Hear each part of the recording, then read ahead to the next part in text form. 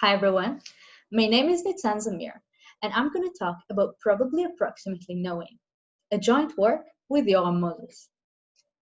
We're going to start with some short motivating example, then look at the background for this work, describe our model, discuss the results, and finally have a closing discussion. Let's look at a probabilistic variant of the coordinated attack problem presented by Halpern and Tattel in 1989.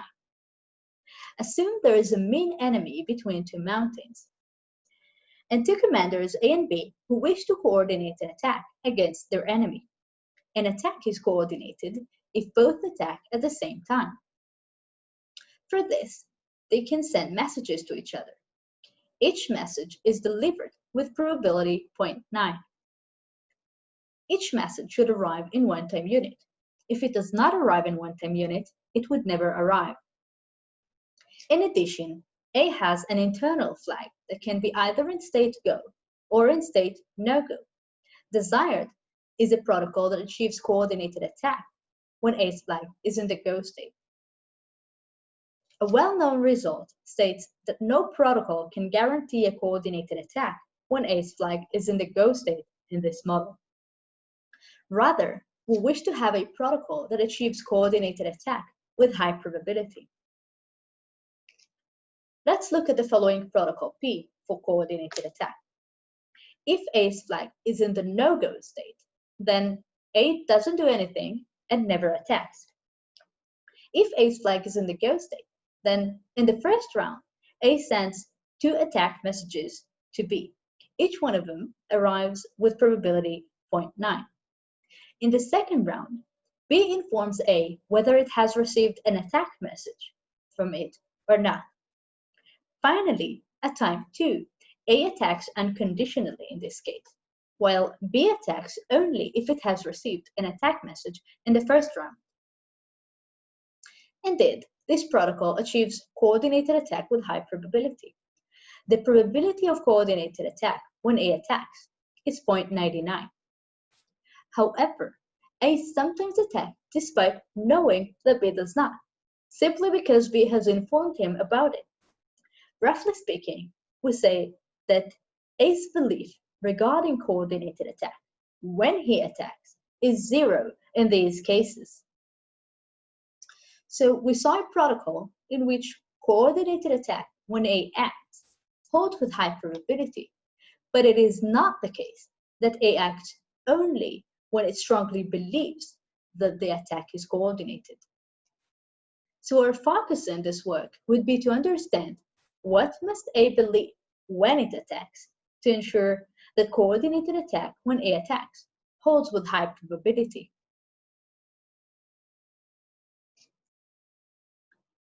For deterministic protocols, there is a well-established connection between knowledge and actions known as the knowledge of preconditions principle.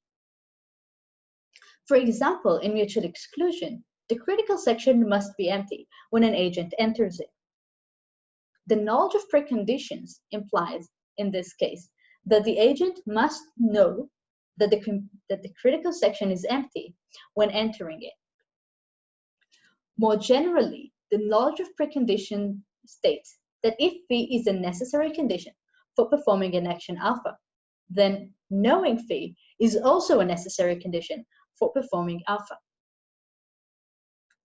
Probabilistic distributed systems arise frequently in computer science. Probabilistic protocols are used for load balancing, cryptography, symmetry breaking, and many other purposes. In addition, probabilistic distributed systems are useful to describe distributed biological systems, such as ant colonies and the brain. Therefore, we wish to have an analog of the knowledge of precondition for probabilistic distributed systems. These systems are often required to satisfy probabilistic requirements rather than deterministic ones. So we want to ask, what is needed to ensure that a condition phi holds with high probability when action alpha is performed? Based on the knowledge of preconditions, we wish to construct our first attempt. To ensure that phi holds with high probability, when I performs alpha, I must know that phi holds with high probability when performing alpha. The problem with this is that at a certain point of a certain execution, phi either holds or does not hold. It does not hold with high probability. So for example, in mutual exclusion, the critical section is either empty or not empty. It is not empty with high probability. Therefore, instead of I's knowledge regarding phi, we consider I's probabilistic belief regarding phi, which we denote by beta I phi. And we ask, should beta I phi be high when I acts? To answer this, we use a model that is closely related to the models presented by Fisher and Zook in 1988 and by Halpern and Tattel in 1989. The most fundamental aspect of this model is that global states in the system has probabilistic transitions to their successors. So in this example, from the global state G1, the system moves to G4 with probability P4, to G5 with probability P5, and to G6 with probability P6. G4, G5, and G6 also have probabilistic transitions to their successors if they have any. Consider the set of global states of the system and the transitions among them. We often have more than a single initial global state in the system. We assume that there is a distribution over the set of initial global states in the system. To model this, we use a special root node lambda that represents the distribution over the initial global states. Thus, we obtain a tree T, which is a purely probabilistic system, or a PPS. A run in a PPST is a path from an initial global state to a leaf of T. We use RT to denote the set of runs of T. Naturally, a PPST induces a probability space over the set of runs of T. We use mu-T of R to denote the probability of a run R. Thus, in this example, the probability of R is P1 times P6 times P9. Every global state contains a local state for each agent, and that local state captures the agent's information. A probabilistic protocol, PI, for agent I associates a mixed action with every local state of I, and simply determines the probabilities by which I's action at Li is chosen. Note that such a protocol in a probabilistic setting defines a purely probabilistic system, as we defined earlier. We now wish to define probabilistic beliefs. For this, we use phi at Li to denote that a fact phi holds when I's local state is Li. For technical reasons, we assume that a local state cannot appear more than once in any given run. We're now ready to define probabilistic beliefs, and the definition is as follows. At a point where I's local state is Li, the probabilistic belief of I regarding phi, beta I phi, is defined to be the probability that phi holds when I's local state is Li, given that Li appears in the run. This is essentially the probability of phi conditioned on I's local state.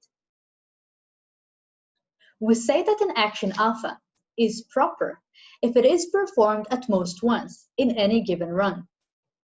So for example, attack A of A attacking and coordinated attack and decision and consensus are both proper actions. We're now ready to relate to properties that hold when a proper action is performed. We use phi at alpha to denote that a fact phi holds when I performs alpha, and beta I phi at alpha to denote the value of beta I phi when I performs alpha.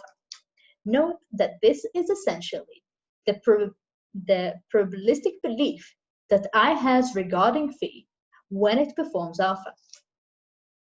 Since alpha is a proper action, both phi at alpha and beta phi at alpha are properties of the run. We're now ready to define what we mean by probabilistic constraint.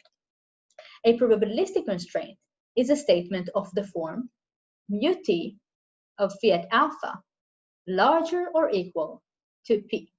So for example, in our coordinated attack example, we saw that mu t of coordinated attack when A attacks is larger or equal to 0.99. We treat p as the threshold of the probabilistic constraint, and if a protocol satisfies this probabilistic constraint, we say that it meets the threshold. After all these definitions, we can now discuss our results. In all cases, we assume that alpha is a proper action in a PPST. We first show that if the probabilistic belief of I regarding phi meets the threshold whenever I performs the action alpha, then the threshold is met by the protocol. This is a generalization of a result made by Monderer and Sammet in 1989. On the other hand, we saw by the coordinated attack example that meeting the threshold does not require that beta I phi would be larger or equal to p whenever I performs alpha. So we see that a strong belief is a sufficient condition for meeting the threshold, but it is not a necessary one. Can we find a necessary condition? Is it at all necessary for the belief to meet the threshold? We show that the answer is yes. More formally, if the protocol meets the threshold, then at least once in T, when I performs alpha, it has a probabilistic belief regarding phi that meets the threshold. So can we say anything about the probability measure or how frequently must beliefs meet the threshold? Interestingly, the measure of runs in which I's belief meets the threshold can be arbitrarily small. More formally, we show that for every epsilon, there exists a protocol that satisfies the probabilistic constraint and meets the threshold. But the probability measure of the runs in which I's belief meets the threshold is not larger than epsilon. To see why, we construct the following probabilistic system. Assume that there is a condition phi that holds with probability p and does not hold with probability 1 minus p. If phi does not hold, I receives a gray signal in the first round, whereas if phi holds, it receives a white message with probability epsilon over p and a gray message with probability 1 minus epsilon over p. At time 1, I performs alpha unconditionally in all runs, giving rise to 3 runs, R, R prime, and R double prime. Since I performs alpha in all runs, phi at alpha holds exactly in R prime and in R double prime. Therefore, the probability of phi at alpha is p, and therefore the system meets the threshold. Regarding I's belief, when it receives a white message, it knows for sure that it is in R double prime, and therefore it knows that phi holds when it performs alpha. In other words, the probabilistic belief that I has regarding phi when it performs alpha is 1 in this case. On the other hand, when it receives a gray message, I is unsure whether it is in R or in R prime. And the probabilistic, simply because it has the same information in those cases. The probabilistic belief that I has regarding phi when it acts in these cases can be shown to be smaller than p. Therefore, the probability measure of runs in which I's belief meets the threshold is simply the probability of R double prime, which is epsilon. To conclude, we have shown a system in which the threshold is met, but the probability measure of runs in which I's belief meets the threshold is not larger than epsilon. Essentially, all our results follow from our main theorem, which we call the expectation theorem. This theorem provides an analog of the knowledge of preconditions for probabilistic systems.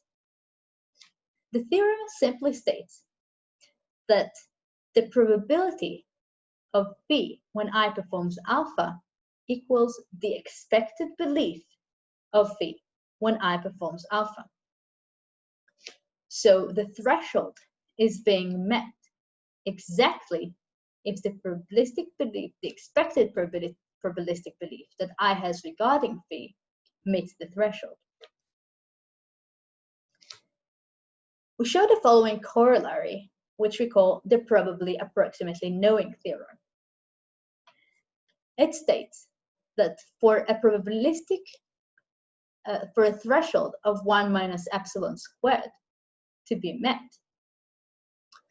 the probability measure of runs that has probabilistic belief higher than 1 minus epsilon must be in itself higher than 1 minus epsilon. In other words, I must, with high probability, higher than 1 minus epsilon, have a high degree of belief higher than 1 minus epsilon in phi when performing alpha. And for example, in our protocol P for coordinated attack, the coordinated attack holds with high probability higher than 0.99 when A attacks. And so A must, with probability higher than 0.9, have a high degree of belief higher than 0.9 in coordinated attack when he attacks. Viewing strong belief as approximate knowledge, we say that in this case, A probably approximately know that the attack is coordinated when he attacks. Our main contributions is capturing the relationship between probabilistic beliefs and constraints in probabilistic systems. In addition, we presented a probabilistic version for the knowledge of preconditions. It states that in order to satisfy a probabilistic constraint, the degree of belief must, in expectation, meet the constraint's threshold.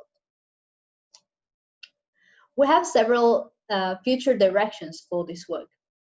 The first one would be to relax some of our simplifying assumptions to receive some non-determinism, infinite systems, or asynchronous systems. In addition, we would like to analyze the connection between probably approximately knowing and probably approximately correct learning. Finally, we want to study other probabilistic requirements, such as those that arise in differential privacy. Thank you for listening.